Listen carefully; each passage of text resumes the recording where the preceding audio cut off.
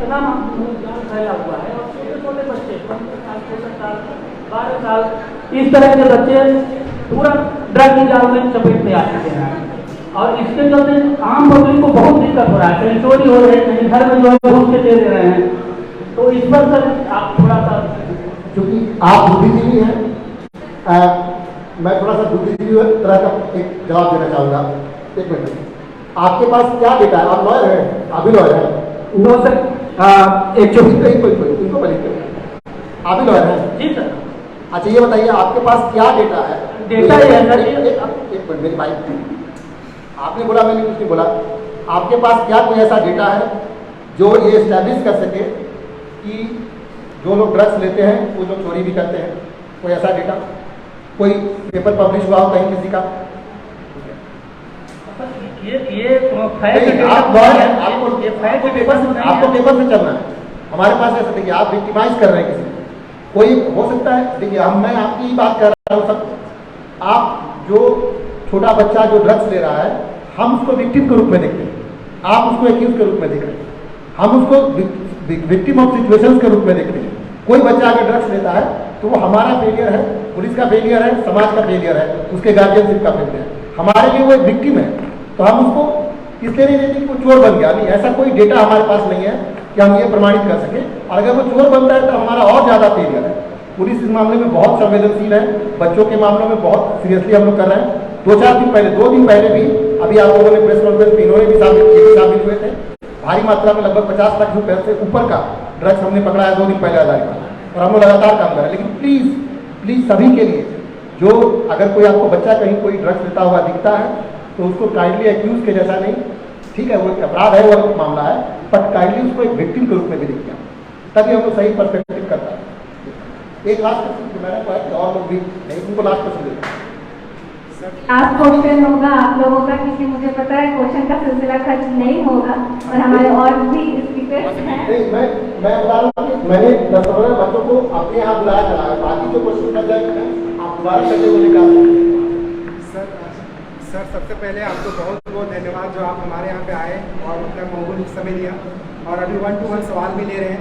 Sir मेरा एक छोटा सवाल है कि खाकी और खादी और साथ साथ में काला कोट, ये तीनों का जो ट्रायंगल है, इसमें आमतौर पर खाकी और काला कोट में देखा जाता है एक प्रकार से रिपल्सिव टाइप से कि हम एक अपोजिट करते हैं, लेकिन वही खाकी और खादी में देखा जाता है एक थोड़ा सा अट्रैक्शन लगता है। अच्छा, कभी पुलिस को ये महसूस होता है क्या कि खाकी को खादी इन्फ्लुएंस करता है इन्वेस्टिगेशन में, या फिर उसे एक प्रकार से इंडल्ज करता है जस्टिफिकेशन में, या फिर इस बात को कलेक्ट करने के लिए कि जैसे कहा जाता है कि पॉलिटिक्स में आज क्रिमिनलाइजेशन बढ़ गया है, तो उस वक्त में आप क्रिमिनल से लड़ रहे हैं और पॉलिटिक्स के आप डायरेक्टली प्रोपोर्शनल होते हैं, रेस्पॉन्सिबल होते हैं, तो वहाँ पे कहीं इस प्रकार का इन्वॉल्वमेंट देखने को मिलता है कभी इस तरह की सिचुएशन। और दूसरा सवाल इसके साथ है सर कि कभी कभी पुलिस निर्दोष लोगों को वायलेंस को शांत करने के लिए उनको जेल भेज देती है, क्या ये बात सही है या फिर कहाँ तक सही है? और साथ ही साथ जो स्पेशल इनकाउंटर की बात है उसमें कभी कभी पुलिस इसका मिसयूज भी करती है, क्या ये बात भी सही है? 2-3 बातें उन्होंने कहा, 4-5 क्वेश्चन है इनका, एक साथ जवाब दे देता हूँ। पहला तो मैंने कहा था कि मैं कोई पॉलिटिकल डिबेट पे कोई कमेंट नहीं करूँगा, बट फिर भी ये तीनों का आपस में एक है, एक विधायिका है, एक अपना हम लोग हैं एग्जीक्यूटिव और आप लोग हैं। देखिए हम और आप जो है, तो काला कोट और पुलिस जो है वो एक दूसरे का एंटी नहीं है। आप वो कहते हैं कि नेचुरल जस्टिस इंश्योर करने के लिए आप सबसे इंपॉर्टेंट आदमी हैं। हम किसी पर आरोप लगा रहे हैं, बट उसको राइट टू डिफेंस है, हर आदमी को राइट टू डिफेंस मिलना है। मैं कितना भी मानूं, इवन मेरे सामने भी कोई हत्या हो जाएगी, मैं सामने हूँ, मेरे सामने कोई हत्या हो जाएगी, कुछ अपराध हो जाएगा, तभी मुझे उसी ड्यू प्रोसेस ऑफ लॉ को फॉलो करना होगा। ऐसा इसलिए every person has the right to defence, और आप उसके सबसे इंपॉर्टेंट है। इसलिए हम दोनों विरोधी नहीं है एक दूसरे के। कोर्ट में विरोधी होना हमारा काम है, वो हम लोग एक दूसरे का काम करते हैं। आप अपना काम करते हैं, आप उसको राइट टू डिफेंस का मौका देते हैं, और हम प्रोसिक्यूशन है, हम उसको, हमारा ड्यूटी है ड्यूटी टू प्रोसिक्यूट, इसलिए हम उसको प्रोसिक्यूट भी करते हैं। बट इससे कोर्ट के बाहर हम लोग वैसे ही दोस्त हैं जैसे दोस्त हैं। दूसरी चीज़, पॉलिटिकल डिबेट नहीं, बट मैं ये कहूँगा कि पुलिस आमतौर पे 99% टाइम्स में किसी दबाव में काम नहीं करती है। आपको ऐसा लगता है कि पुलिस दबाव में काम करती है, क्योंकि हमारी वर्दी तो उतरवाने का धमकी भी हर हमें भी 13 साल में बहुत बार धमकी मिली है, हमारी वर्दी उतरी नहीं और बढ़ी गया स्टार हमारे कंधे पर। तो ऐसा पुलिस आपको डरी हुई दिखेगी, पुलिस डरती कभी नहीं है किसी से, याद रखिएगा। इसलिए किसी भी कोई भी हो किसी से डरती नहीं है पुलिस। हाँ, पर एक्सेप्शन और ऑलवेज देयर। मैं एकदम ये नहीं कहता कि पिक्चर एकदम ब्लैक एंड व्हाइट है, कोई चीज़ सिस्टम में फुल प्रूफ नहीं है, कोई सिस्टम 100% नहीं है, बट फिर भी विकास अच्छे डायरेक्शन में हो रहा है। दूसरी चीज़ है एनकाउंटर नाम की कोई चीज़ पुलिस के डिक्शनरी में नहीं है। आपके लिए वो एनकाउंटर है, हम लोग CRPC IPC कहीं भी आप देख लीजिए, एनकाउंटर का कोई चीज़ ही नहीं। हमको राइट टू प्राइवेट डिफेंस मिला हुआ है सेक्शन 100 में, जो आपको भी मिला हुआ है, उनको भी मिला हुआ है। हमारे पास उस राइट टू प्राइवेट डिफेंस को यूज करने के लिए बंदूक है, जो गवर्नमेंट ने लीगली हमको दी है। आपको पता है सेक्शन 30 आर्म्स एक्ट में हमको पावर है कि हम उसको बिना लाइसेंस के यूज कर सके जब हम ट्रेनिंग पास कर जाते हैं। बस वो पावर हमारे पास। आपके पास अगर डंडा होगा, एक कॉमन मैन के पास भी वो राइट टू प्राइवेट डिफेंस है, ठीक है। दूसरा है कि राइट टू प्राइवेट डिफेंस अपना और दूसरे की प्रॉपर्टी को बचाने का है, वो आपको भी है, हमको भी है। आपके बगल वाले का घर जल रहा है तो आप भी उसके लिए कुछ भी कर सकते हैं, हम भी वो कुछ भी कर सकते हैं। हमारे पास एनकाउंटर का कोई पावर नहीं है। अगर उस मामले में भी पुलिस गलती करती है, तो कई पुलिस वाले ऐसे कई इंसिडेंट ऐसे हुए हैं हमारे यहाँ। Honourable national human rights commission है, ऑनरेबल कोर्ट्स है, जिन्होंने जस्टिस दिया है और विक्टिम्स को प्रॉपर कंपनसेशन दिया है। जिन्होंने बदमाशी की थी उनको सजा भी दी है, उनको जेल भी हुई है और आगे जो उनका होना होगा। तो सिस्टम में कोई सर्वशक्तिमान नहीं है, ना मैं सर्वशक्तिमान हूँ, ना कोई सर्वशक्तिमान। सभी के लिए प्रॉपर चेक्स एंड बैलेंसेस बनाए गए हैं, ताकि कोई अपना काम जैसे ही जुरिडिक्शन को बाहर करता है, जुरिडिक्शन से बाहर जाता है, तो ये जो आपने कहा कि पुलिस निर्दोष को जेल भेज देती है, तो अब कानून ही ऐसा है कि हमको रीजन टू बिलीव होना चाहिए। तो हमारे पास रीजन टू बिलीव एंड वो रीजन हमें राइटिंग में लिख के देते हैं। तो हम लोग किसी को जेल भेजते हैं तो बाकायदा फॉरवर्डिंग, जब आप लोग एक्चुअल प्रैक्टिस में आएंगे तो आपको पता चलेगा। जो एक्यूज को फॉरवर्ड करते हैं तो हम रीजन टू बिलीव, ऐसा क्यों मानते हैं ये एक्यूज है। हमारे कहने से थोड़ी, हम भगवान थोड़ी किसी को कुछ बोल देंगे भैया ये एक्यूज है, नहीं।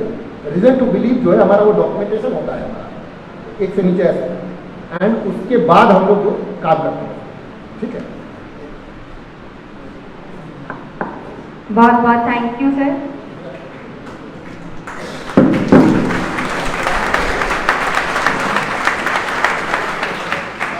मैं जाते आते ये कहूँगा कि जैसे 10-15 बच्चे पिछली बार आए थे, आप लोगों का भी स्वागत है। यहाँ टाइम का लिमिट है, मेरे पास भी टाइम का लिमिट है। अब मेरा फोन आना शुरू हो गया, मेरा टाइम खत्म हो गया, जितना टाइम मुझे मिला था। तो अब हर 2-2 मिनट में मैडम ने देखा है अपने जाकर मेरे ऑफिस में कि हर 2-2 मिनट में फ़ोन मैडम दी गई थी, 2-2 मिनट में फ़ोन आते हैं, बहुत सारा फ़ोन साइलेंट में है। तो यह मैं आशा करता हूँ कि मैंने कुछ क्वेश्चन के जवाब दिए होंगे, बट मैं यही कहूँगा कि हर पुलिस वाला एक जैसा नहीं होता है।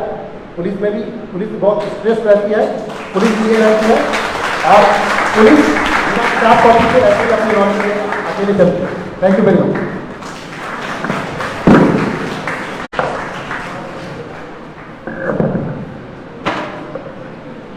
बहुत बहुत थैंक यू सर। आपने बहुत ही अच्छे और सरल भाषा में हम लोगों को बताया कि पुलिस का रोल क्या है और पुलिस कितने स्ट्रेस में रहने के बावजूद भी हमें अमन चैन से सर्विस सोने देती है। और थोड़ा बहुत लूपहोल हर किसी में होता है, गड़बड़ियाँ हर जगह होती है, उसके लिए हायर अथॉरिटीज जिस तरीके से उन पर एक्शन लेते हैं उसको सब एक विश्वास दिलाया। उम्मीद है आपको भी एक्शन बहुत अच्छा लगा हो। बिना वक्त तो आज हम लोग लॉ कॉलेज आए थे और वर्ल्ड इंडिजिनस डे था। वर्ल्ड इंडिजिनस डे में आज जो है वुमेन एम्पावरमेंट को लेके क्रिमिनल अगेंस्ट वुमेन के अंदर, क्राइम अगेंस्ट वुमेन के अंदर जो है उस पर चर्चा चल रही थी, जिसमें बड़का गांव के SDPO अमित सिंह जी अभी भाषण दे रहे थे और बहुत लोग हैं जो भाषण दे रहे थे। प्रोग्राम शुरू से चल रहा है और ये है जो हॉल है यूनिवर्सिटी लॉ कॉलेज का हॉल है, यहाँ पे प्रोग्राम अभी जारी है।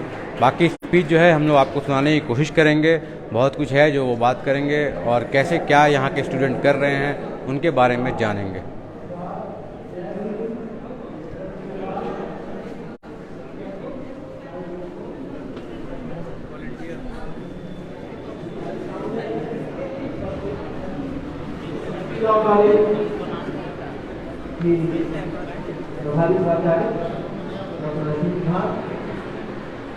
सम्मानित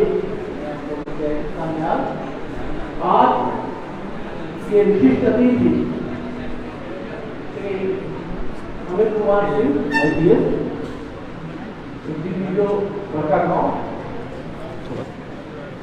लॉ कोई तरीके। मैम हम लोग लाइव हैं तो इस प्रोग्राम के बारे में बताएं, अभी क्या चल रहा है? ये प्रोग्राम हम लोग इंडिजिनियस वर्ल्ड ट्राइबल डे के शुभ अवसर पर हम लोग आयोजित कर रहे हैं। हालांकि वर्ल्ड ट्राइबल डे तो 9 अगस्त को है, लेकिन गेस्ट की व्यवस्था के चलते हमको इसको प्रीपोन करना पड़ रहा है। इसलिए इंटरनेशनल ट्राइबल डे के लिए हम लोग आज ही इंटरनेशनल ट्राइबल डे के थीम को देखते हुए यूथ को और अपने स्टूडेंट्स को मोबिलाइज करने के लिए और उनमें एक नया स्पिरिट इनकलकेट करने के लिए आज का ये प्रोग्राम रखे हैं कि ये समाज में परिवर्तन करें, क्योंकि they are the architects of the society.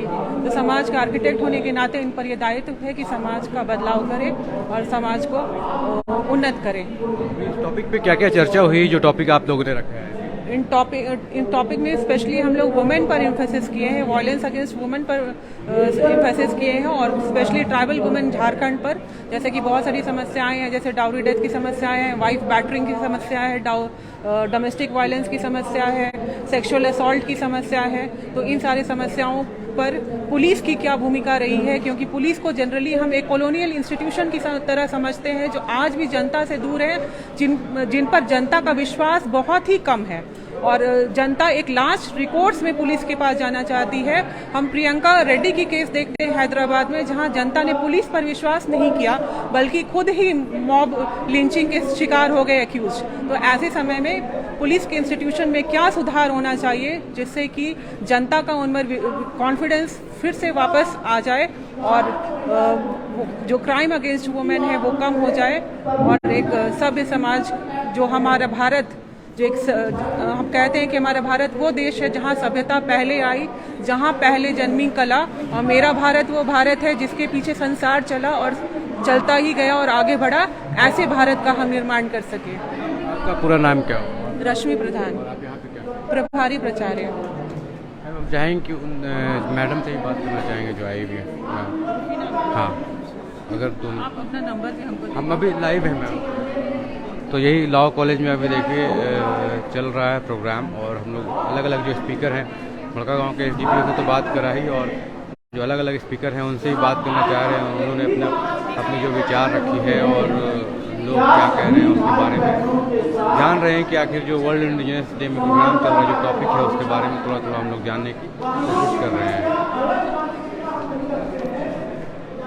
Ma'am आज के भाषण में आपने भी स्पीच दिया है, और जो टॉपिक चुना गया है इंडिजिनस डे पे लेके, इसके बारे में हम लोग जानना चाहेंगे कि क्या चल रहा है।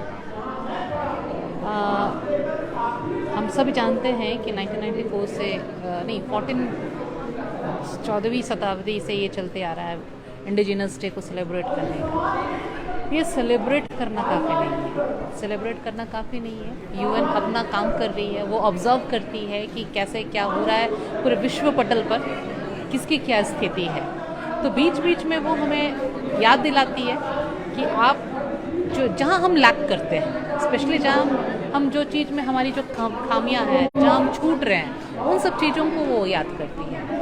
हम सभी जानते हैं कि आदिवासी जो पॉपुलेशन वो हम वाले नेचर पे वो काम करता है। उनकी प्रॉपर्टी कलेक्टिव होती है।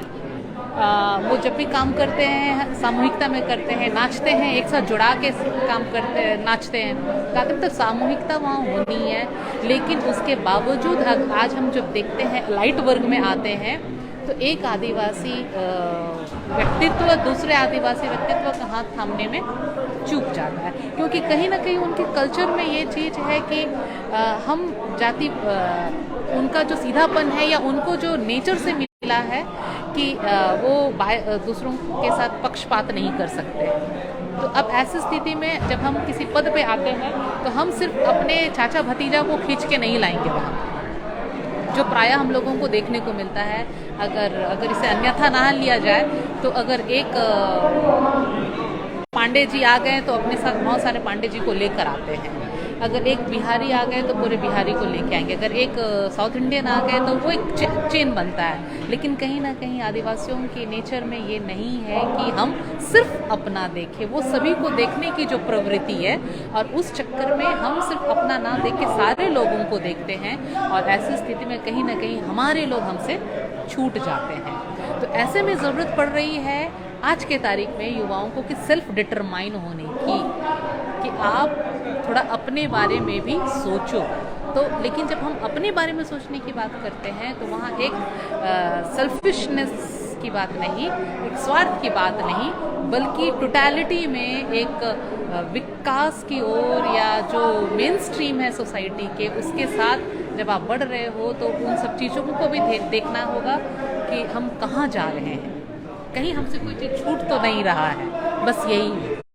आपका पूरा परिचय और मैं इस विश्वविद्यालय में कार्यक्रम समन्वयक के हैसियत से, राष्ट्रीय सेवा योजना के कार्यक्रम समन्वयक की हैसियत से काम कर रही हूँ। साथ ही एंथ्रोपोलॉजी डिपार्टमेंट की हेड के रूप में काम कर रही हूँ। इसी तरह बहुत सारी चीज़ें हैं जो विश्वविद्यालय की रिस्पॉन्सिबिलिटी दी गई है, जिसमें हॉस्टल सुपरिटेंडेंट है या आर्ट एंड कल्चर से है या सीनेट हो या सिंडिकेट हो, तो बहुत सारी चीज़ें हैं। और एक इस पद पे काम करते हुए हमको भी ये देखना होता है कि हम जहाँ हैं मेरे साथ वाले कितना है, लेकिन स्वभाव के स्वरूप सारे लोगों को लेके चलना हमारा काम है। थैंक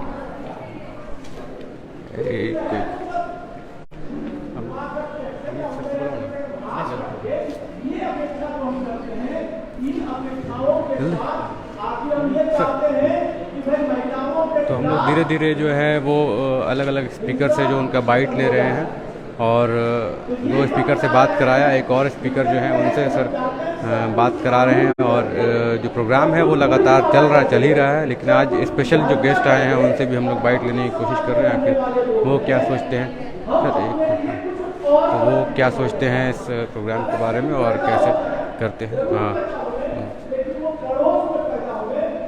तो अभी जो की नोट स्पीकर थे अमित जी, वो बाहर हैं, उनका थोड़ा सा हम लोग हाँ सर, आप लॉ कॉलेज में देखा गया है और प्रोग्राम में आपने की नोट स्पीच भी दिया, तो वर्ल्ड इंडिजिनस डे को लेकर, और आप बड़का गांव के एरिया में रहते हैं तो काफ़ी ट्राइबल्स भी वहाँ पे रहते हैं, तो कैसे होता है पुलिस एक इंडिजिनस को ट्रीट करते हैं और क्राइम रिलेटेड टू वुमेन जो होता है उससे रिलेटेड क्या कहना चाहेंगे आज के प्रोग्राम में? ये जो जागरूकता फैलाई जा रही है, वो जो इंडिजिनस पीपल के खिलाफ जो अपराध हो रहे हैं, चाहे महिलाओं के खिलाफ जो अपराध हो रहे हैं, उसी के सीरीज़ में हमारा एक पुलिस और ये लॉ कॉलेज के लड़कों के साथ एक इंटरेक्शन था हम लोगों का, और आपस में बातचीत हुई, अच्छी बात हुई। पुलिस क्या कर रही है इनसे शेयर किया गया, इनका अपना फीडबैक लिया गया कि ये चूँकि अभी इमर्जिंग लॉयर्स हैं, ये जाके कोर्ट में और समाज में नया संदेश देंगे, तो उनका प्रोग्राम आज बेसिकली पुलिस का रोल क्या होता है वुमेन एम्पावरमेंट क्रिमिनल जस्टिस पे।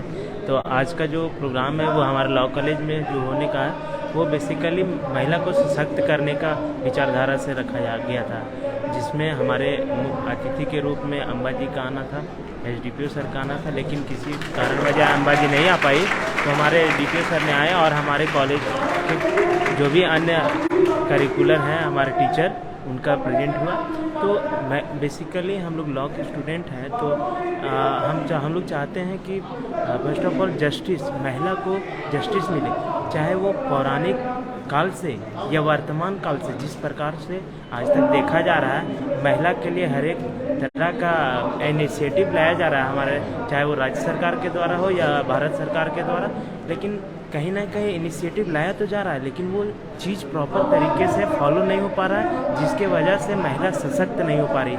चाहे उसके लिए उन्हें रिजर्वेशन प्रोवाइड किया जा रहा है या अन्य कई गतिविधियों में भी महिला को प्रथम दर्जा दिया जा रहा है, लेकिन उसके बावजूद भी उन लोग को जस्टिस के रूप में नहीं मिल पा रहा है। यहाँ जस्टिस का मतलब सिर्फ क्राइम नहीं है, हर एक स्टेज में, हर एक क्षेत्र में उनका प्रॉपर स्टेज मिले, उसके लिए बात किया जा रहा है।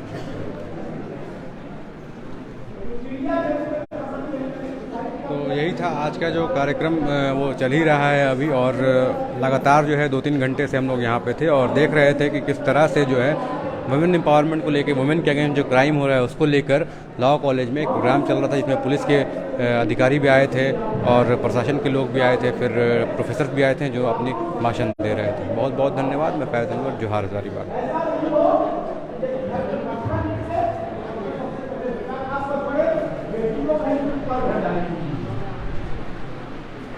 जो बेसिक है, जहाँ जमीनी बदलाव की आवश्यकता है, उसको उस पर गौर करना पड़ेगा। अब आप सबसे जो उम्मीद होगी कि कम से कम आपने जो झेला है, बच्चियां जो झेली हैं या बच्चे जो झेलते हुए देख रहे हैं, ये अपने मानस को बदले